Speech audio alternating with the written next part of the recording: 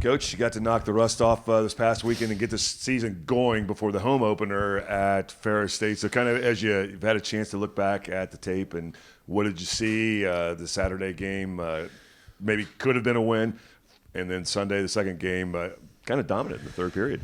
Yeah, I think we saw lots of good and some bad. Obviously the start on Saturday was outstanding. 3-0 after the first. Didn't like our second much, but still tied period 1-1. And then obviously I hated the third. We put ourselves in a spot where we were chasing the game around for most of the period. And I thought, right before the 5-on-6 goal against, we had done some good things. It had taken us a little bit of time to get going. 27 seconds left with a 1-goal lead. We've worked on 5-on-6 a lot in training camp, and for that to happen as quickly as it did was disappointing. And then, you find a way to lose 3-on-3, which unfortunately we've done too much of that over my time here. What I really liked about Sunday is we were 20 minutes away from potentially walking away with nothing, and we had a big time third period. Lots of plays come to mind, but the overall takeaway is. We faced some adversity and we got through it. And you can't simulate it in training camp. You can't find a way to have that same feeling in practice as much as we work on 5-on-6 or as much as we work on power play or PK or whatever it is. We needed to get into a game and learn from the game, and we've done that. And we've broken it down and chewed it up and come up with some conclusions and gone back to work this week on a kind of a short week, shorter than typical, and ready for another good team here come Friday night.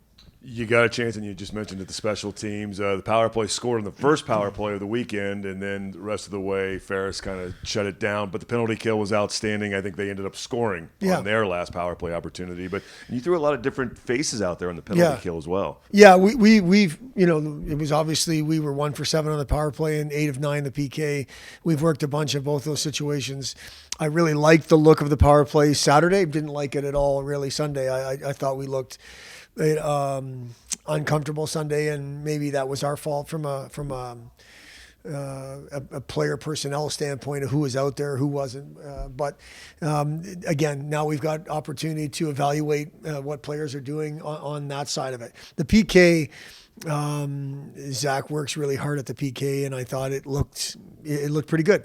So we have to stay with that. But we do have some faces that haven't killed for us before that are doing a nice job. We want to have 6 or 7 forwards in the conversation, and probably all 7D in that conversation. So every game is going to come down to special teams. The crazy thing about Saturday is we won the special teams, and we thought we had the better of the chances, and we lost the game, and that just doesn't happen that often. But we went back to work. We'll continue to go back to work and prepare. Canisius had, I think their exhibition game was a 5-2 win. 3 of the 5 goals were power play goals, so obviously their power play is pretty good, and we'll have to be ready to go.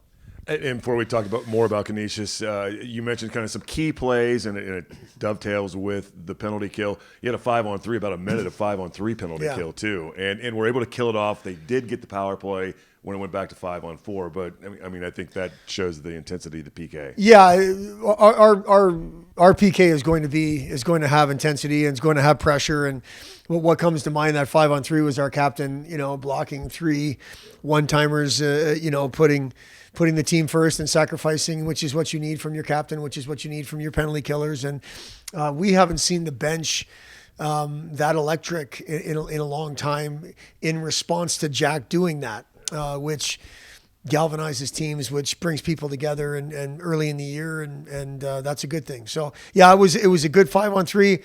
Unfortunately, one puck did end up in our net. We got a little loose there once it got to 5-on-4, but all in all, I think a solid weekend on special teams. Your sophomore class, you've got a lot of those guys, and a lot of them found the score sheet, whether scoring or assists as well. Do you think that all those guys really have taken a big step up in terms of their offensive play? Yeah, I think we just have to be careful. Did they take a step from the end of last year to this year, to the beginning of this year? Yes, they have. They all 9 of them had some purpose in the weight room and got after it. All of them have come back. Their bodies are transforming. They're still young guys in terms of college and so on. So they put the time in this summer. They had great training camps, and I think what you saw is them getting rewarded for it. Now, we've played 2 games their sophomore year, and our challenge is to not put too much on those guys. They are the future of our program. Those guys, we really like the class. They seem to have good connections to each other and good connections to Miami.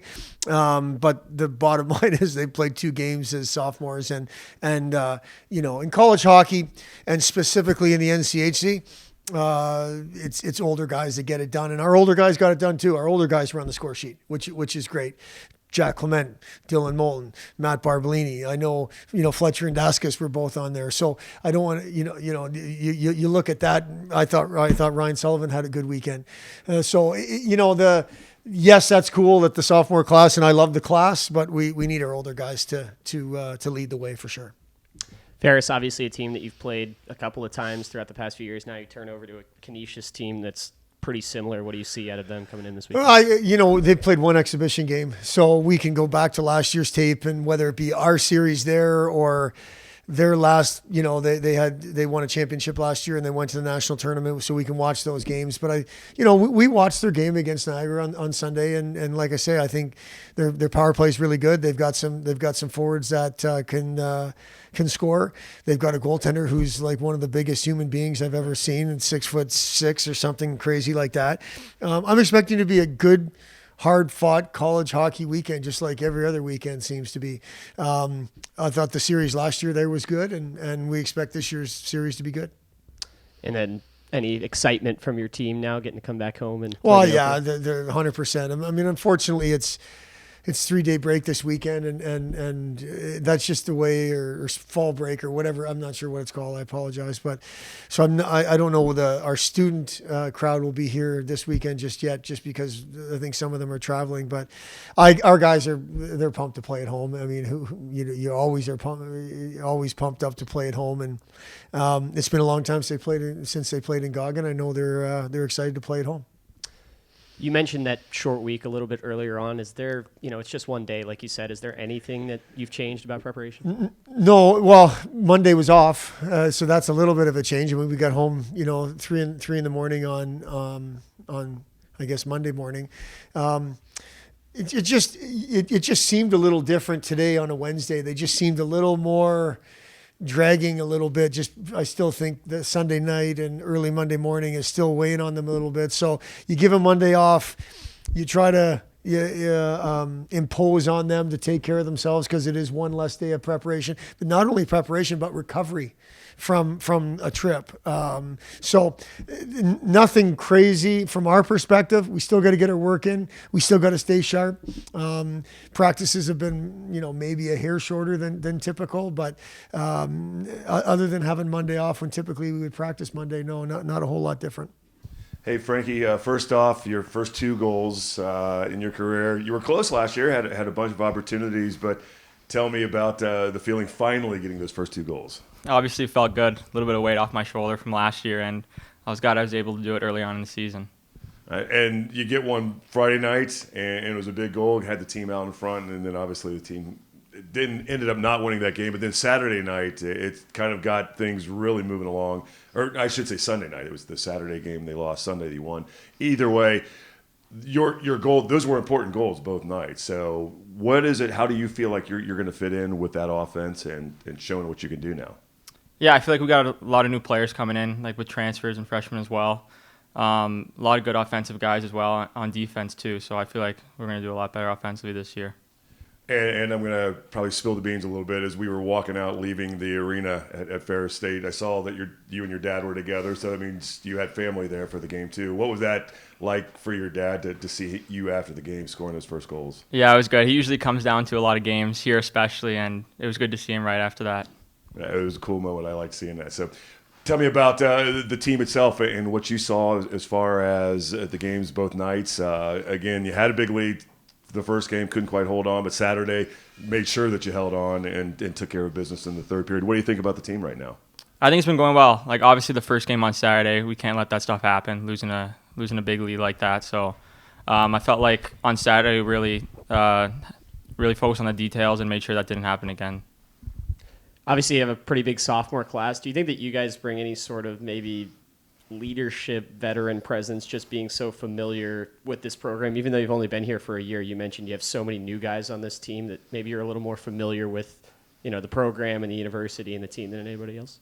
Yeah, I feel like since we're such a big class, we're all so tight with each other. We're just more comfortable this year. We talk a lot more, and I feel like, we're definitely in a more of a leadership role this year for sure. How excited are you to get back in front of the home fans for the first time this I'm weekend? excited. Everyone's excited, so we're looking forward to it.